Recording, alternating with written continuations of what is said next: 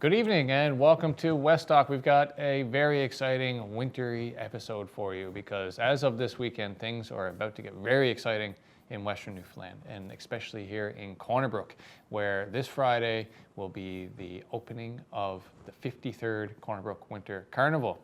Also on Friday, it's the opening of Jib Fest, which is I think on this 15th year. Last week we spoke to Brent McNamara. They'll be kicking off with their block party on Friday. There's still some tickets available for that. So all in all, a very exciting weekend in Corner Brook. You're going to see lots of people moving around. There's going to be events everywhere, every day. And to dive right into that, we are joined in studio now by a couple Carnival legends. I want to thank Sandra and Dave Elms for coming down to talk about Carnival this year.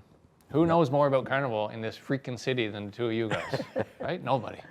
Well, we've been around for a while. You've been around for a few carnivals, yep, and this year, Sandra, you're the chair again, not the first time. No, back in 2009, I was chair, and then I was asked to come back again this year, which I was very honored to become a chair again. Of course. You know, every now and then you run into these years where it's very comforting to have a leader who's sat in the chair in the past to be able to come in, and I'm sure it makes everybody feel nice and comfortable. And Dave, of course, AKA Leaf the Lucky, has been bringing so much spirit to the carnival for years now as the beloved Viking mascot, I guess we could say, of Carnival. So, and the reason that I thought we were coming in to interview Leaf today, but you reminded me Leaf actually doesn't kind of come out until Friday. So, Dave, right off the top, let's talk about Friday. Let's talk about the opening of Carnival, kind of what it's become down there at Bowater Park now and what it's going to be like this week. Well, we've turned it into a party in the park because years ago, Leaf would come out of his hut at Marble. Right. And then we would have the big parade coming down by the river and into town and going into the stadium. But after so many years, we figured, well, it is Corner Brook's Winter Carnival, so why not have the opening in town? And that move, I think, proved to be very positive because now, of course, some people can walk there, and if you have to drive, there's lots of parking, and it just brings everybody out that night for all the activities. So what will happen, of course, is the flag will be raised and the torch will be lit, and then they'll have the people parade into the park, and then at 7 o'clock, that's when Leaf is supposed to come out of his hut. And once Leaf comes out of the hut, make the way to the stage, and then it officially begins. Speeches from all the dignitaries who are going to be there, and of course there's going to be fireworks, there'll be entertainment. The father and daughter duo, the Rogers, they're going to be there, and looking forward to all that as well. And that kind of reflects to our approach to Carnival, which is a family thing. And so when you have families entertaining or coming out and joining in and being part of Carnival, that's what it's all about. Absolutely. I mean, that's the park on this Friday night is going to be a huge spectacle. For anybody who knows, there could be thousands of people there. There's music on the stage, there's hot chocolate, and there's also like lots of great prizes and other incentives for people to come out, right? So Sandra, I know this year one of the exciting additions is going to be some Pokemon cards, which you wisely said, like even when I was a kid, 30 years ago, Pokemon cards were like exciting thing. And even today, they still are for people my age and kids. So there's a chance to win some? Yes, so we got the treasure chest. It's called Leaf's Treasure Chest. And it's filled with Pokemon things. And one of the big things there is the Pokemon collection. Right. And some of those cards can have real high values. Yes, that's right. So we want everyone to get out and fill out the ballots. It will be at the park that you fill out the ballots, and then you've got to be there to claim it. And the other thing is it's up to 18 years old. Cool. Okay, so I got to get my cousins to go down and put their names on it for me. But so basically people can show up. There's no charge to come in or anything like that. Put your name on a ballot, chance to win a Pokemon collection worth probably hundreds of dollars, live entertainment and all that. And that's just the start of the full carnival. So I know we have so much more. There's no way, we got a booklet filled with stuff there. There's no way we could really get into everything, but just to make sure we remember, of course, the full schedule is on cornerbrookwintercarnival.ca and on Facebook and all that. But let's talk about maybe some of the new events or some of the different things happening this year. Yeah, there's a speed Speed dating. dating. Yeah, that's, dating. that's one thing we're pretty excited Very about. different than speed skating. Yeah. Yeah. So I'm excited about that too because I didn't really realize it, but I'm the host. So okay, Donna, well. Donna reached out and asked me. She said, Yeah. "I need you to help me ring a bell for this carnival event." I said, "Okay, sure." And so speed dating sounds like a really interesting idea. Oh, for yeah, people. it's new. You know, what do you think that's going to be like for? How do you think that's going to go? I think it's going to be a great, Yeah. great show. People just like meet each other, just like a place to make friends, really, just to chat with, have Yeah. quick That's conversations right. with people. Like I think, you know, from some of the people I was talking to about it, some people thought, well, you know, do you have to be single? Is it like only if you're looking for love? And I said, man, just go out for just a great way to meet somebody you maybe wouldn't have spoken to otherwise, right? That's right. So get to go out and meet some new people, and also Casey Callahan is playing there. Yes. And that's what I mean, with Carnival, we always talk about it as it's a 10-day social event. Yeah. And during that time, there's so many, it doesn't matter what age you are, but it's the idea of going out to the meals. And you know, for that 10 days, you haven't got to bother about cooking at home. So you go out to the meals, but it's not only the fact that there's meals available, but I think I've talked to so many people who like the idea of just going to the event, sitting down, chatting with people maybe you haven't seen for a while, or maybe you saw them a couple of days ago. It's still that social thing that draws people out, and you see that flowing right throughout the whole of Carnival. Yeah, and the kids are seeing each other and connecting. exactly. And also, I should say, during Carnival, it's literally cheaper to eat at Carnival. Like, I mean, there's breakfast every single day, there's lunch every day, and it's like $10, you know, and just very, very reasonable, very affordable for what it is, I would say. Some good meals too. Yeah. Oh, they're wonderful. What about, there's a couple things coming to mind now. Of course, these 10 minutes go by so fast. I want to talk about the snow sculptures, and we'll want to talk about the leaflings as well a little bit. Why don't we talk about the sculpture competition and how that works? Okay. Actually, Remax came on board again this year because we always give back to our community. So they came out with the first prize is $500, second $300, Wow. and third $200. So we encourage all residents in Corner Brook to, you know, make snow sculptures. We will come around in the carnival bus and look at the snow sculptures that's there, that's done. We brought it back again last year, and we had 25 People were sculptures. making some incredible And things, they right? were fabulous. Yeah. Yeah. I remember last time we were on as well, you made a comment about like people leaving up their Christmas lights and stuff like that, you know, and encouraging people like during Carnival, turn those Christmas lights back on, put the blow ups back out if they're in, you know. And, That's We can find them. yeah, that's right. Yeah, and actually we have got lots and lots of snow for snow sculptures Yeah. this That's year. one good thing, So I think yeah. we'll even see more and more this year. Yeah, and it's fun because they stick around too. It's not like they're gone when Carnival's over. So for weeks Yeah, after, you see these sculptures in people's yards. So that's really exciting. And so when they do that, they just send a message through like the Facebook page and Yeah, say, it's hey, just- we, Just email us. Yeah. And what we encourage people to do is soon as they make their snow sculpture, take a picture, email it to our Corner Brook Winter Carnival office. Yeah.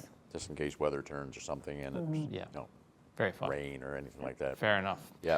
Okay, now let's talk about the wee ones. So we're going to be rerunning the episode, the interview that we did with the ambassadors, the two young ladies who competed and won. One of whom was a past leafling herself. them. Two of them. Were past. Both right, of them are that's past right. leaflings, yeah. So the Leafling Gala, I know you guys were like kind of some early creators of this program. It's going on the 20th year, the gala. This is the 20th year. Yeah, so talk about go into the detail a little bit on the Leafling Gala and like, is it too late for people to participate in that? Can kids still get involved with that? Yep, most definitely. You have until Friday to give us a call and register. And if parents have any questions at all about the whole thing, if it's the first time that their child is looking at being involved, just give us a call, and we'll give you the number in just a second. But just give us a shout, and if you have questions, we'll answer the questions, or if you just want to register your children, we just need their name, their age, the grade, and school that they're attending. And make your own Viking outfit. That's the idea. You can pattern it after what Leaf wears. We've had people who've done searches online to see what Viking outfits would look like and create their shields and the helmets Right. and the Some swords. people the get whole really works. authentic Oh with it. yeah, yeah, and they get very, very creative.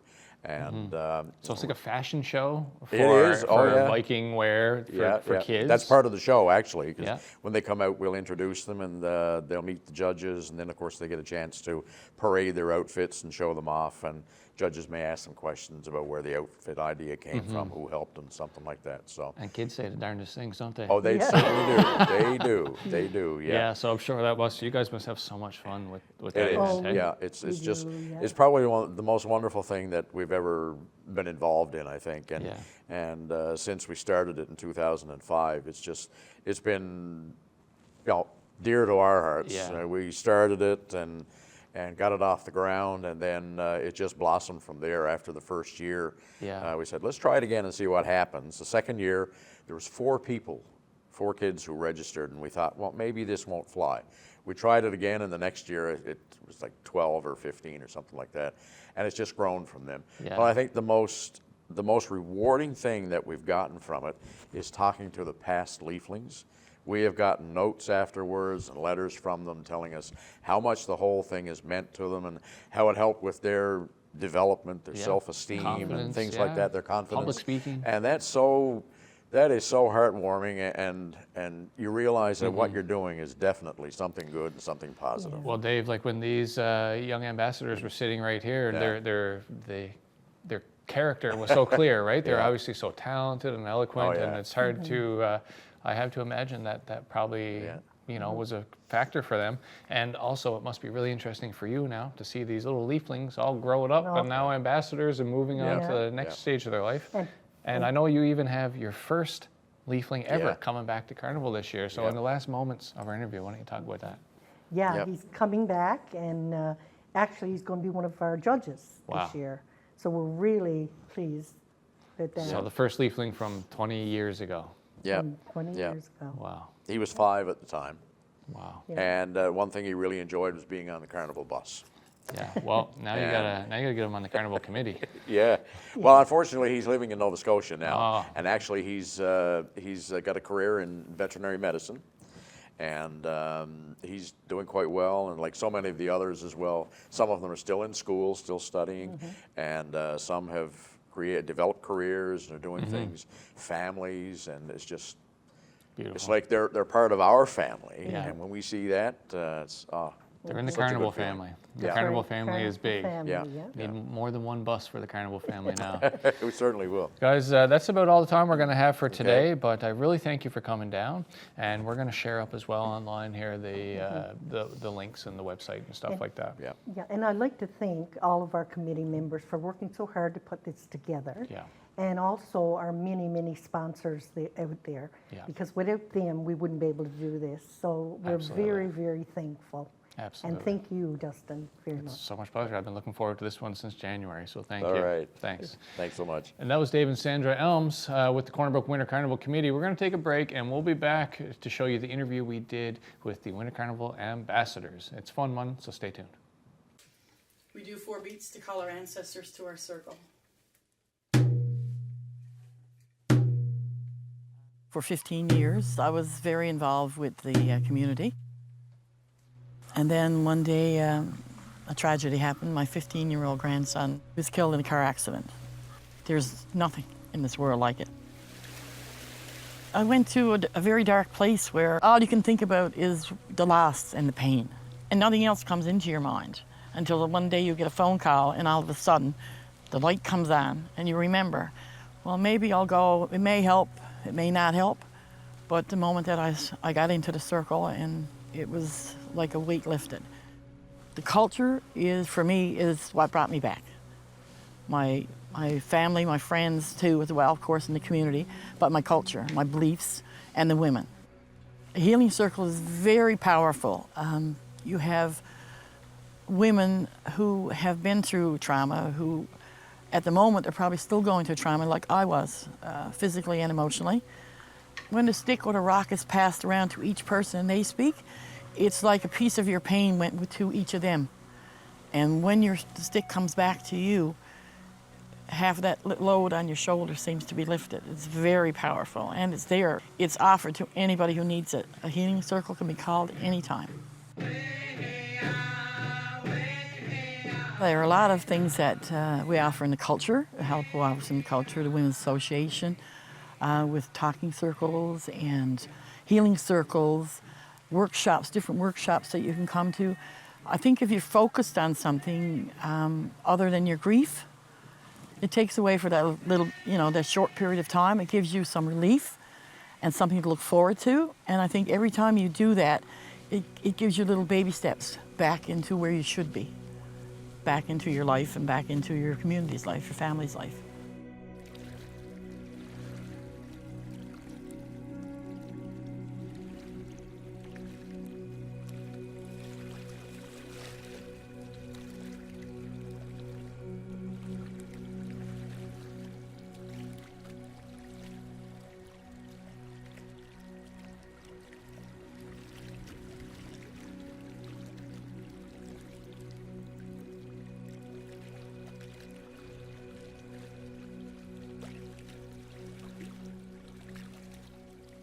All right, and now we're going to run this interview we did a week or two ago with this year's Winter Carnival ambassadors. It's Ella Rashley and Lily Smallwood, who started out actually as leaflings. So we're going to hear their interesting perspective on the carnival and some of their favorite events right now. And so with me in studio, please join me giving a big West Talk welcome to Lily Smallwood and Ella Rashley. Thanks for coming down. Thank you so much for having us. Yeah, and congrats on your victorious accomplishment here, becoming thank you. ambassadors. So exciting. can you just, because I know the process, the road to being an ambassador over the years has kind of changed. There's been different ways that they go about it. So Lily, tell me about how you became an ambassador, what the process was this year. Yeah, for sure. So the ambassador contest these days is the full title. It's a mouthful. Tim Hortons Social Media Winter Carnival Ambassador. Great, you got a good sponsor. Yes. Okay. Shout out Tim Hortons. Nice, thank you. Nice. So basically what you do is sometime at the end of December this year, they posted on their social media page, Winter Carnival, asking for youth in the community who are interested in this position to sign up to be a part of a week-long competition. So this contest was held last week in various venues of the city. It was held Marble Mountain, CNA, and then the finale, which was on Sunday night, was held at the City Hall. So basically it's a full week of kind of getting to know each other through fun events like scavenger hunts. We did a scavenger hunt, we did trivia. Like all the other contestants? Yeah, all of the co- contestants How together. many was it roughly? I think there was 9. Yeah, Okay, 9 cool. contestants. Also, a big part of the competition is social media posts, because it is the social media ambassador. Yep. So we had to create 4 social media posts throughout the week, and there was different requirements for the posts, and post them on Facebook or Instagram. And you were being like sort of judged on those Yeah, as well? because a big part of the ambassador, the role of the ambassador is to keep the public updated through the social media throughout the entirety of Carnival. So they need to make sure you got the goods to be able to do the job. Exactly. Very exciting. Now, Ella, I know this is not really your first time like representing the carnival in a way. This kind of goes back like almost 10 years. So tell us about your last time as a carnival, not an ambassador, but As a leafling. So Yeah. I was actually leafling in 2019, and so was Lily in 2017. okay. 2017, So for the viewer, what is a leafling? So a leafling, he's like, so the mascot for the Winter Carnival is Leaf the Lucky, and the leafling is kind of like his little sidekick that goes on all these adventures with him, participates in all the activities, and gets to miss a bit of school Is too. there only one leafling? Yeah. There is only Oh. one leafling per year, yeah. Cool. So you Yeah. have both had time both as got to, leaflings. yeah. Yeah, it was Yeah. great. Wow. it was awesome. So what are some of your memories of being a leafling? Because I know there's some interesting perks of the job, Yeah. right? Like you get to learn some of the real secrets about leaf that Yeah. only leaflings and ambassadors get to learn, right? So one of my most like distinct memories is one time me and Leaf the Lucky, we were doing bingo, and it was at the long-term care home, and one of the elderly ladies, she won this like denture cleaner, and she was so excited, but she insisted that I have this denture cleaner. I was 10 years old, and she would not let me leave the building until I promised her that I would take her prize, the denture Wow. cleaner, with me. Wow. Yeah, and that's just stuck with me because like she obviously was doing it out of like the kindness of her heart, and she was wanted to be giving, but She just thought you were so sweet, she wanted to give you yeah, something. she wanted to give me her prize, but it was denture cleaner, so obviously. So you still have it? You're just going to hold on to it for another like I 60 actually- years? Yeah, I see it now. I gave it to the long-term care gift shop so they could That's give it to nice. someone who actually could use it. Nice. Yeah. Nice. So, so you guys have had like, all these experiences over the years. You've been engaged in Carnival. You're ambassadors now, but this is not your first kick of the can. Do you have any particular memories that jump out at you over just being a corner broker, just like going to carnivals, not even as a leafling, just what's like a big thing that jumps out at you, a core carnival memory? I'd like to hear from each of you. Family day in the park. I think it has to Yeah? be. Yeah. I think for me, Family Day in the Park is obviously such a huge one. My family has gone and built a snow sculpture every single year that I can remember. Like there's pictures of me, my first carnival ever, like building my dad and all of like my grandparents and stuff, building a snow sculpture. But one of my favorites events is like breakfast at the Legion. One day during Winter Carnival every year, my mom would let us skip school. Like other than the Monday that's usually off for Family Day, she would let us skip school in the morning so we could go to the Legion to have carnival breakfast. Wow. And so that's probably one of my favorite parts. Yeah, see, I think that's really cool. And this is the type of little things I think that parents can do to keep 100%. kids excited about Carnival. It's like, oh, they know Carnival's coming up. There's going to be some good food. I might get to skip school for a few hours. There's going to be some fun. That's interesting. Actually, my mom sent me a photo the other day of me and my sister, a photo from the newspaper from when I was like probably 12. And we were in the park for Family Day, and we had won the 3-legged race, me and my sister and a friend. Yeah, so really, really super cool. And as soon as I saw this photo, it brought back all the memories of just being down in the park and thousands of people. Everyone is there. Yeah. It's so nice. Yeah. So in terms of this year, what's coming up? I know the schedule is about to be released. We're airing this episode tonight, but I think the official schedule is maybe a few days away. But are there any events that you're excited about? Any things you can kind of tease out for the West Talk audience? Something that definitely sticks out to me is that this year is the 20th anniversary of the Leafling contest.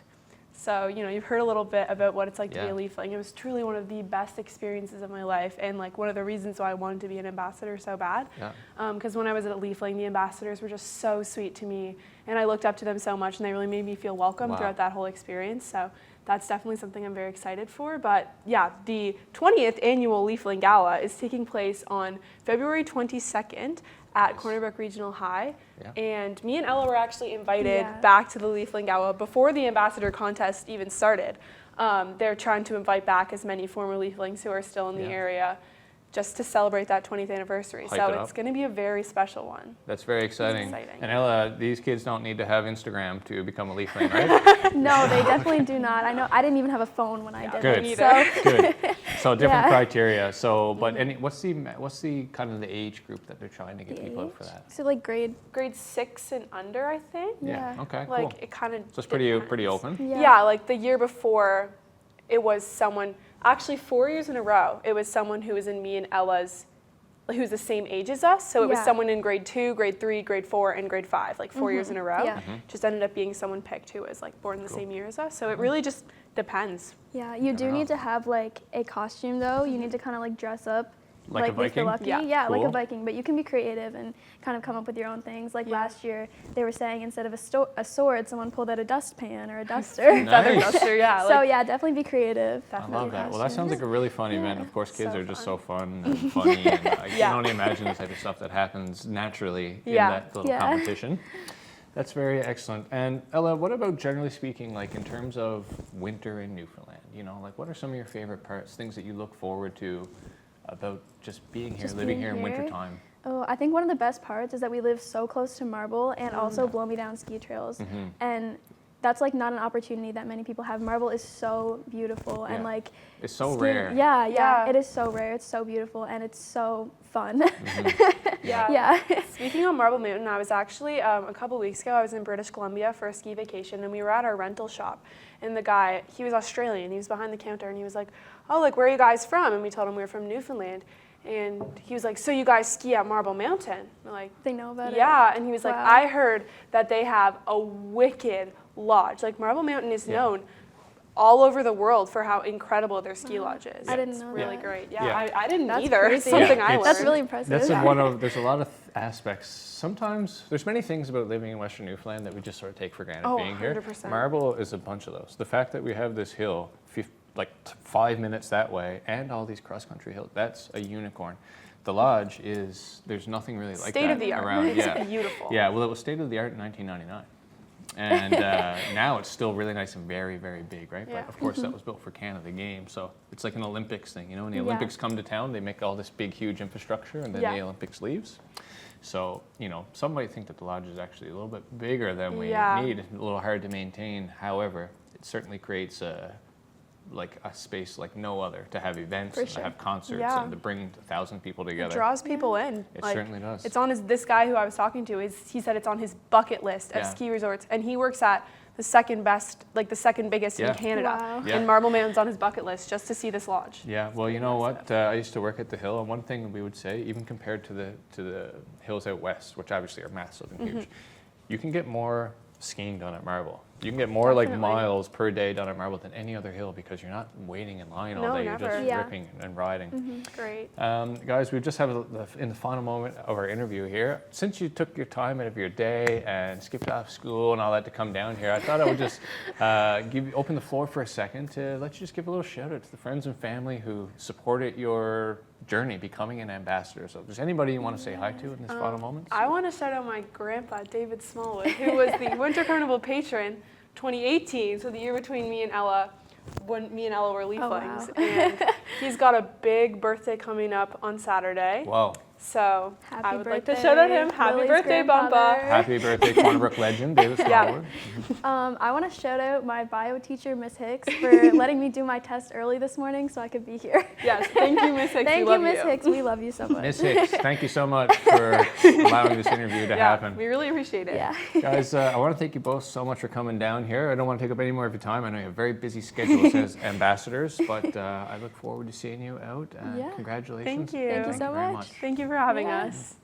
And that was Ella and Lily, Cornerbrook Winter Carnival ambassadors. We're going to take a quick break and we will be back. And I want to thank Dave and Sandra for coming down from the Carnival Committee and getting us all fired up about the events happening starting this Friday. And one thing we didn't mention, but I want to see you at, is on Saturday. Let's all bring our kids down. There's going to be breakfast with Leaf, and then afterwards there's going to be story time with Leaf at the library. So check that one out in your Carnival booklets, and hopefully we'll see you there with the kiddos. That's it for this week's episode, but we'll be back next Tuesday with another West Talk. Good night.